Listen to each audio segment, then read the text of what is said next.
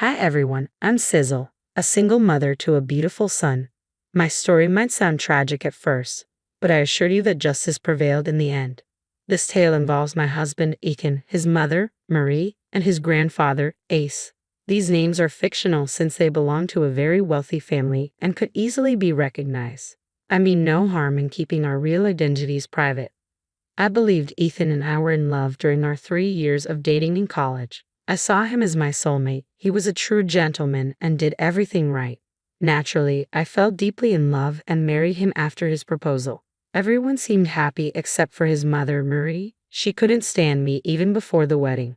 She would say things like, "You will never be good enough for my son. You don't know what you're talking about, Marie. Ethan loves me, and that's why he's marrying me. Oh, please, don't try to tell me what he's doing. I know my son well. He will never be happy with a low-class girl like you. He hates cheap things, and you're one of them. Your marriage won't last. Believe me, I will celebrate when he divorces you." Marie's disdain was clear because I wasn't wealthy like them. Only her father, Ace, was rich, serving as the family patriarch and supporting their lifestyle. Ethan worked, but his salary alone wasn't enough for a luxurious life. It was Ace's extra allowance that enabled it. I came from a struggling background and succeeded through hard work, securing a good job. I wasn't a gold digger and preferred a simple life, even when Ethan and Marie tried to make me conform to their way of living.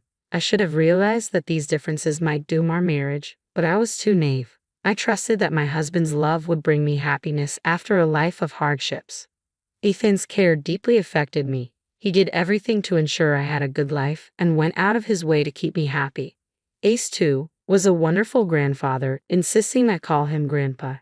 Ace was fond of me from the very first day we met, so Marie's hatred never caused problems in our marriage. Both Ace and Ethan consistently stood up for me. I had no idea how horribly things would eventually turn out. Ethan was eager for us to start a family, and wanting to make him happy, I agreed.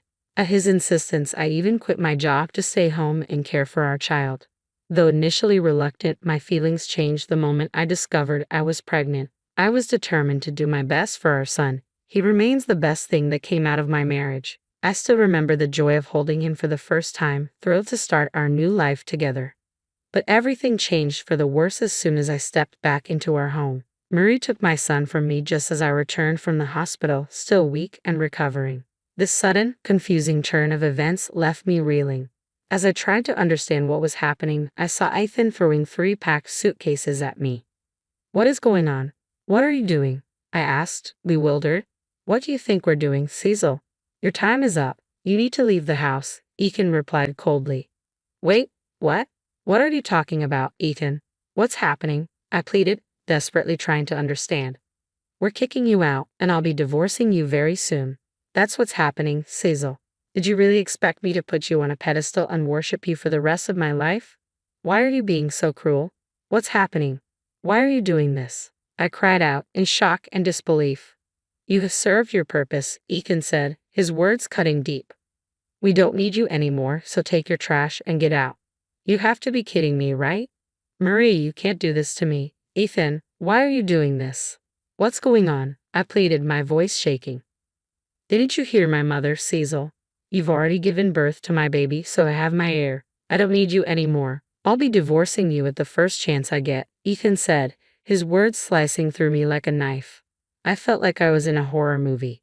The man I had married was now a stranger, cold and unrecognizable. I shook with anxiety, overwhelmed by their cruelty, my emotions still raw and my hormones in turmoil after the birth.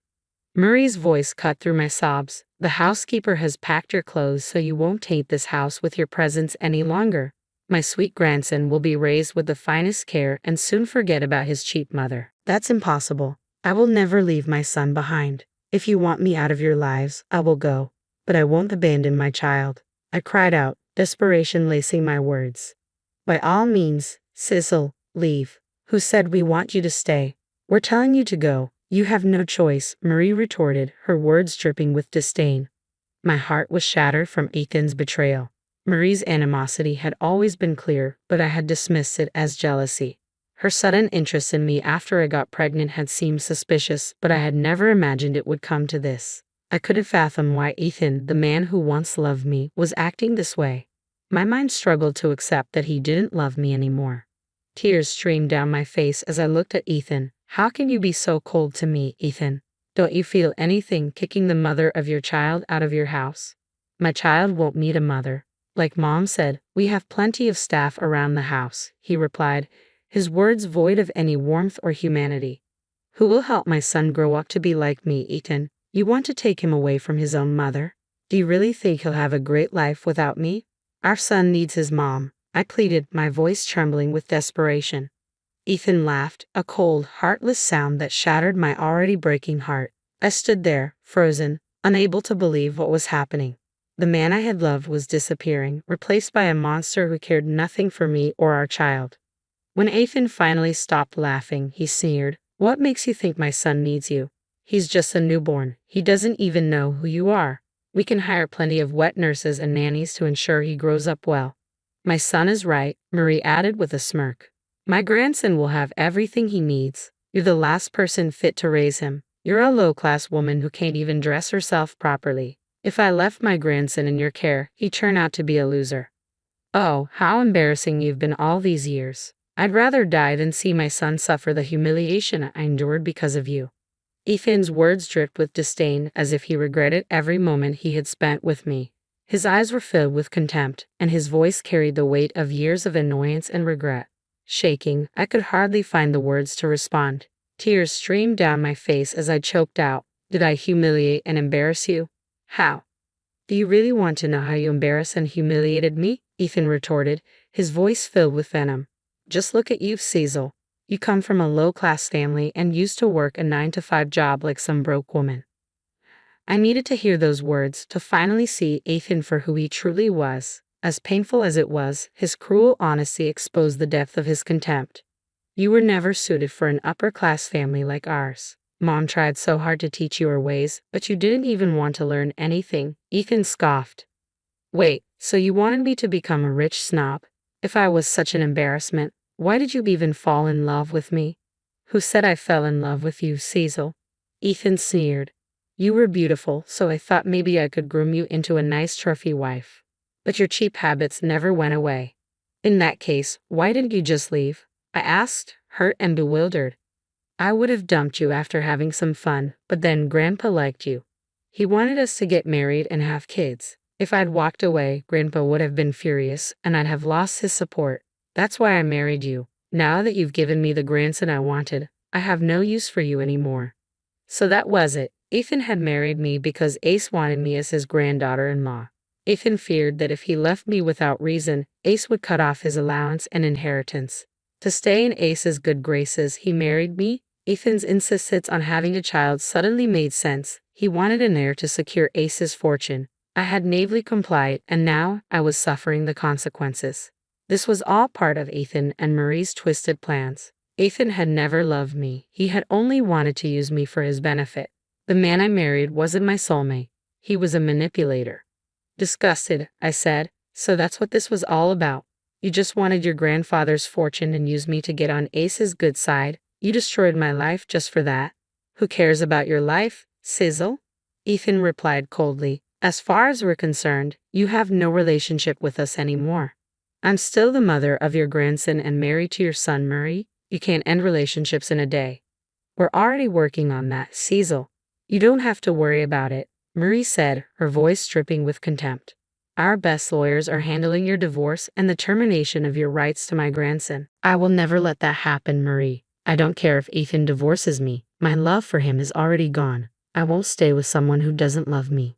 But if you think I'll give up my child, you're both dead wrong." "What can you do, Cecil?" Marie sneered. "We'll get the best lawyers and trap you neatly. Don't worry, we'll even offer you some good money to disappear. We'll compensate you with what we think is reasonable. Cooperate, or we'll make your life a living disaster." Their threats ignited a burning rage inside me, replacing my heartbreak with fury. I looked at them, their faces smug and confident. Marie still held my newborn son, and I knew asking for him back wouldn't work.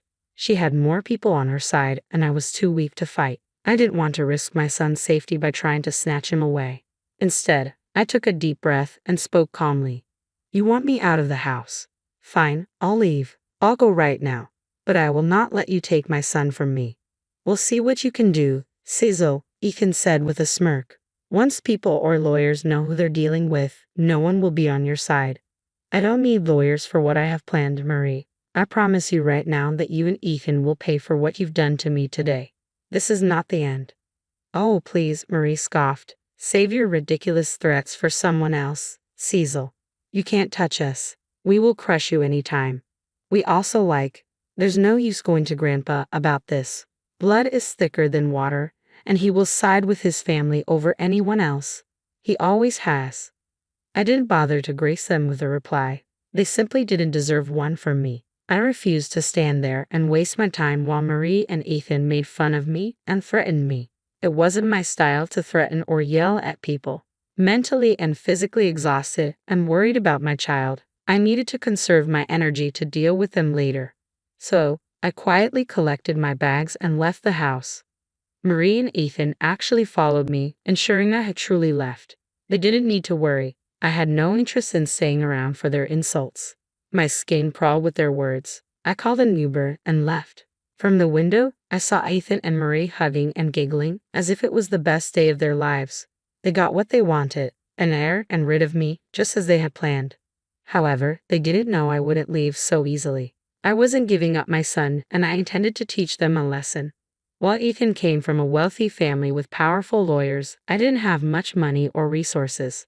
My chances of winning against them were slim to none. I knew I needed help, and Ace was my only option. I went straight to Ace's house with my belongings, feeling a twinge of nervousness. Ethan's words echoed in my head, reminding me of Ace's loyalty to his family. There was a small fear that he might turn me away in favor of them.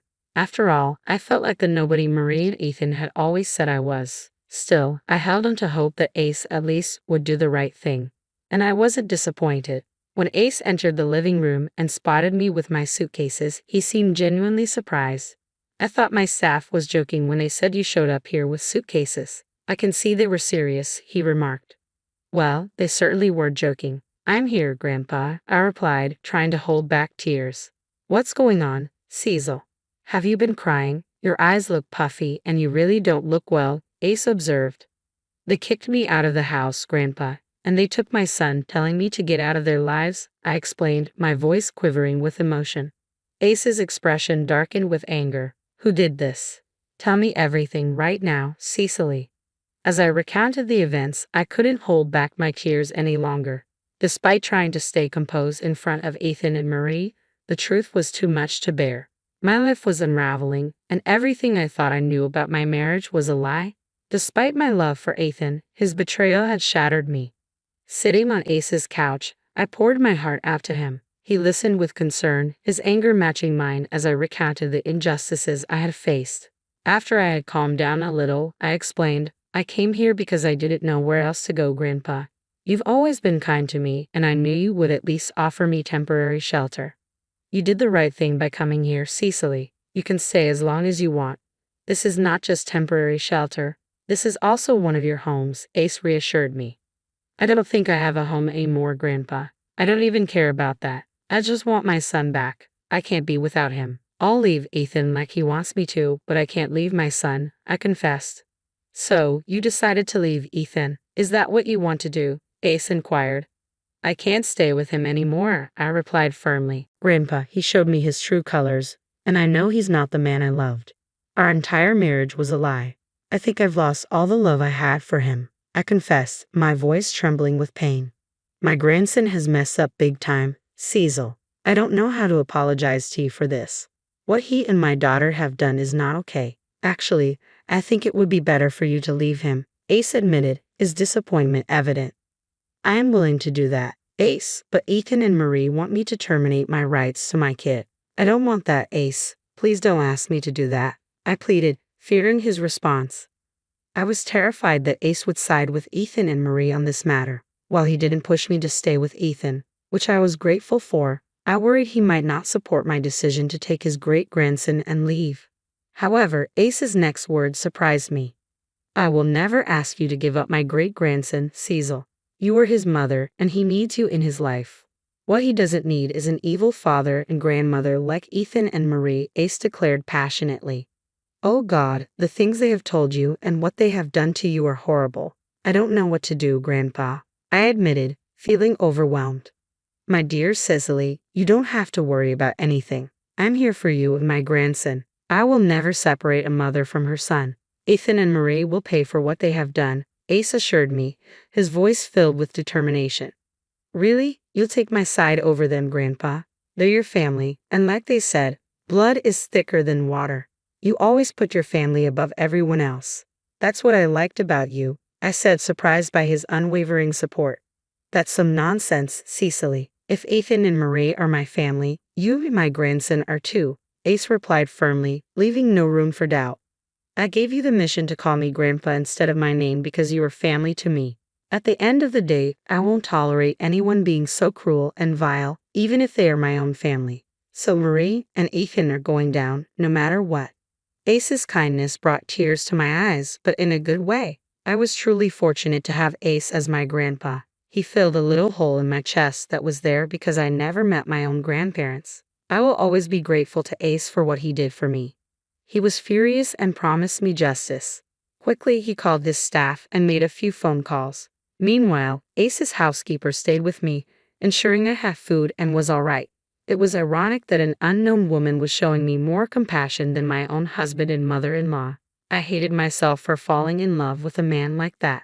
After a while, Ace returned to the living room and asked me to come with him. In the car, he shared his plan for Ethan and Marie. It was glorious, and I couldn't help but feel a little sorry for what was about to happen to them. Their lives were about to take a drastic turn for the worse. We arrived at the house, and the staff let me in because Ace was with me. Ethan and Marie came rushing down the stairs to see why I was there.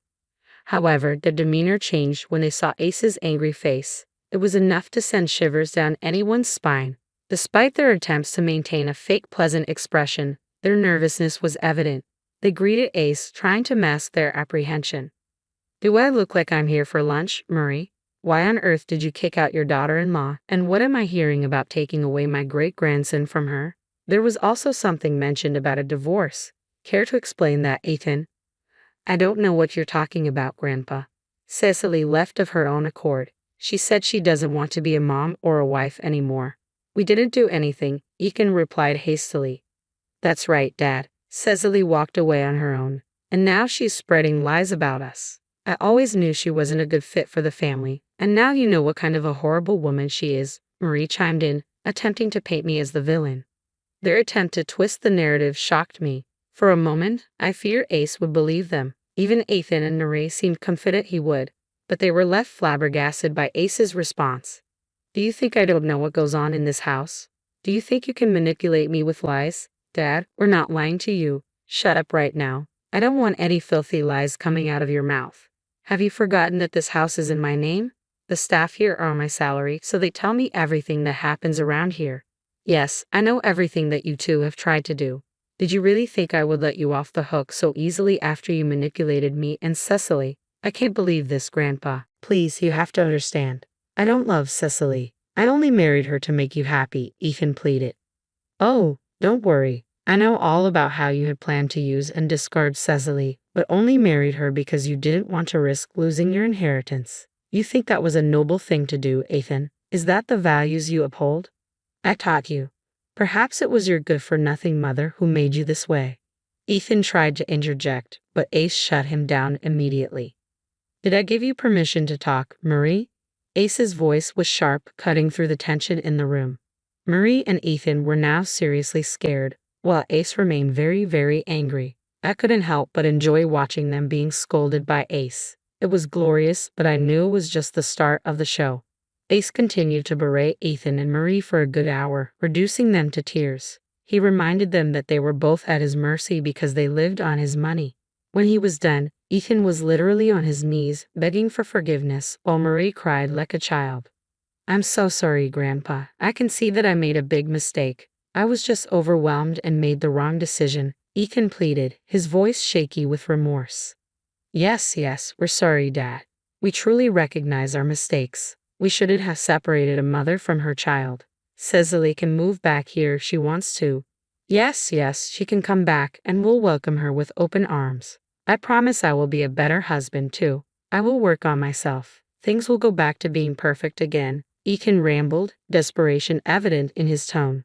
I don't think any of this is your decision to make. You two are no one to allow her back into the house because this house is mine. Plus, it's up to Cecily to decide if she wants to stay married to an imbecile like you, Ethan. What do you say, Cecily? Do you forgive them? Ace turned to me, awaiting my response. I knew well enough that if I said no, there would be dire consequences for my husband and mother-in-law. But I couldn't bring myself to say yes, knowing their remorse was only surface level. So, I calmly looked at Ace and said, no, I don't think I can forgive them, Grandpa. Plus, I haven't even asked for my forgiveness. Please forgive me, Cecily. We made a huge mistake, dear. We are family, so let's just look past this one time. I'm sure we will have a stronger bond after this, Ethan pleaded once more.